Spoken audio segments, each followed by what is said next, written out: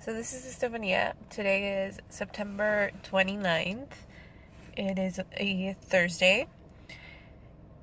I am sitting in my parking lot waiting to go to class, and I thought I'd share a little bit about um, the GRE up until now because I am going to take it on October 20th, but it has become a very, very stressful for me even from now, and it probably should have been more stressful earlier. And I think I'm realizing like I messed up. So, unfortunately, my cousin took the GRE last year, so she had workbooks and so that was good because she gave them to me and flashcards, and I thought, you know what, I'm set. I don't have to buy these things. Like, I'll just need to sit down and study. But life got in the way of me a lot, and I just kept putting it off. Like, I'll study later. I'll study later. I consider myself to be a good test taker. I haven't really ever had a lot of issues with standardized tests. And so to me, it's like, oh, it's a test. It's a test. Yesterday, I decided to open one of the books and like just everything went crazy. So we tend to think that it's like, oh, super easy. I'll open the book and just read and like absorb all of this knowledge. I opened it and I didn't even know where to start. Like, how do you even start reviewing the test? Like, the book doesn't even make sense, and I just got overwhelmed right away. It was very crazy, but like, I don't know what I'm doing. Hi everyone, so this is Estefania. Today is October 24th. It's the day before I finally take my GRE exam. The last time I took a video, I believe, was in September. Wow, time goes by really, really fast. And honestly, between work and school, I didn't really find that much time to like actually like sit down and study for the GRE because there was always these deadlines coming up that I had to meet. And so I did study, but I wish I would have studied a lot more. So I want to share a little bit about some of my experiences this past month. Um, I'm not gonna lie, it's been really stressful, especially this last week before the exam. I have been feeling very overwhelmed, mostly because of the math part of the GRE.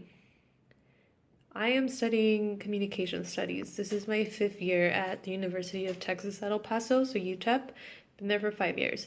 The last math class that I took was a calculus class, Calculus 2, my freshman year. I think, no, I took a discrete math class as well because I was in computer science as a major before I changed. So I had to take those 2 math classes, but after that, I changed my major to communications and I wasn't required to take any more math classes. That means that 4 years ago, I took my last math class, which was discrete math, nothing to do with the math that is going to be tested over. Neither is Cal 2, which means that it's like basically 5, 6 years since I've taken like either geometry, algebra, arithmetic, etc. I used to be good at math. I wasn't the best, but I didn't find it that hard. I could always, you know, do well in class. And it has been so hard to get back at it. I think, honestly, it sucks that like these programs don't require you to take math classes because you're in liberal arts or humanities and you're only required to take like super basic class. Then after 4 years, someone decides that they want to test you on your math skills. And I think it's even more unfair in the sense of the field that I want to go into, which is rhetoric. Obviously, math is important. I think it's important for everyone. But I don't think a math score on something that I haven't been taking classes for the past 4 years should be so important. So it's been about a week and a half after my GRE, maybe 2 weeks. I didn't record the day of the GRE because it was honestly one of the most stressful days of my life. A lot of things happened prior to the exam, and I wasn't even sure if I was going to be able to take it that day, and that was just really, really stressful and draining for me. So I needed a couple of days to like get back into like my normal regular self and feel all the stress kind of go away, because it really was a very stressful process, and I think it became even more stressful than it should have been. But so I'm here today, and I kind of want to just tell you a little bit about what happened the day of the exam. So I am not an American citizen. I am a Mexican citizen. I have been living in Ciudad Juarez my entire life and crossing over to El Paso, Texas for school since like second grade. So I've always had student visas, and there's always been that issue of the names. So in Mexico, traditionally, everyone keeps both of their last names, their maternal and paternal, so you always say your entire name. So my name is Estefania Castillo Chavez. So all my legal documents in Mexico always say my two last names. In the United States, as we all know, you don't really use both last names. So at schools here in the US, I've always been just registered as Estefania Castillo, nothing else. So since like elementary school, high school, middle school, and even here at UTEP, I am just registered as Estefania Castillo. Chavez does not appear on any of my records. So when I made my ETS account for the GRE, I just registered as Estefania Castillo because if you compare it with my transcripts and everything I have here in school, even some some like government issued IDs from the US, it just says Estefania Castillo. So when I was reading the qualifications for the IDs that you need for the exam, I realized that that your name had to be exactly the same, so I panicked for like a few seconds because my Mexican passport said Estefania Castillo Chavez, and because I'm not American, I was told I needed to take my passport. So I called the ETS helpline, and I think that was one of the biggest mistakes I made. So someone answered the phone. It was a lady, and she started talking to me, and I let her know, like, you know what, I'm not an American citizen. My Mexican passport says my two last names, but I have IDs government issued from the US that just say Estefania Castillo, and she was not having it. She told me that I was going to be turned away at the test center, and then she told me that the other way I could use another ID would be to use my green card. And obviously I don't have a green card, and I think that's something that happens very often. People think that if you're an immigrant and you're studying here, you have to have a green card. You can't be a international student who has just a student visa and crosses every day.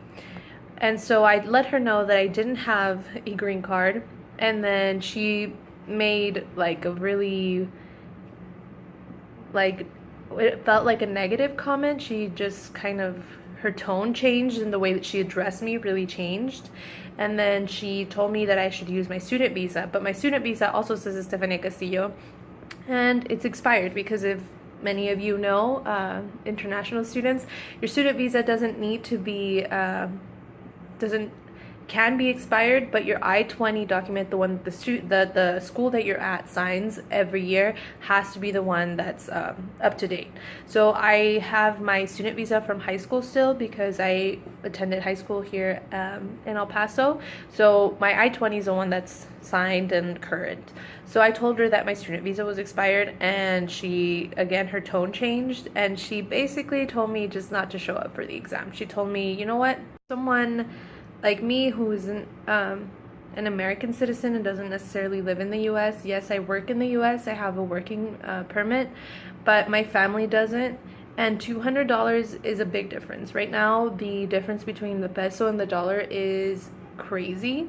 So, what my mom earns, what my sisters earn, when you translate that to dollars, it's basically nothing. So, $200 for me is a lot. That's a difference between being able to finish paying off tuition and not being able to like afford school. So for me, it's not so simple to just say don't show up and just lose 200 and something dollars and just retake it. Like that's not the type of money I just have in my wallet. And I panicked. Like I just started crying. I was here at work. All my coworkers were worried, like what's wrong? Because I wasn't sure I was going to be able to take it, and it was somebody who doesn't live here at the border, doesn't understand these cultural differences, and she just simply was put off by the idea that, you know, I didn't have a green card and maybe my student visa wasn't up to date. But I think it has a lot to do with the fact that she doesn't live here, so she doesn't get to experience that firsthand.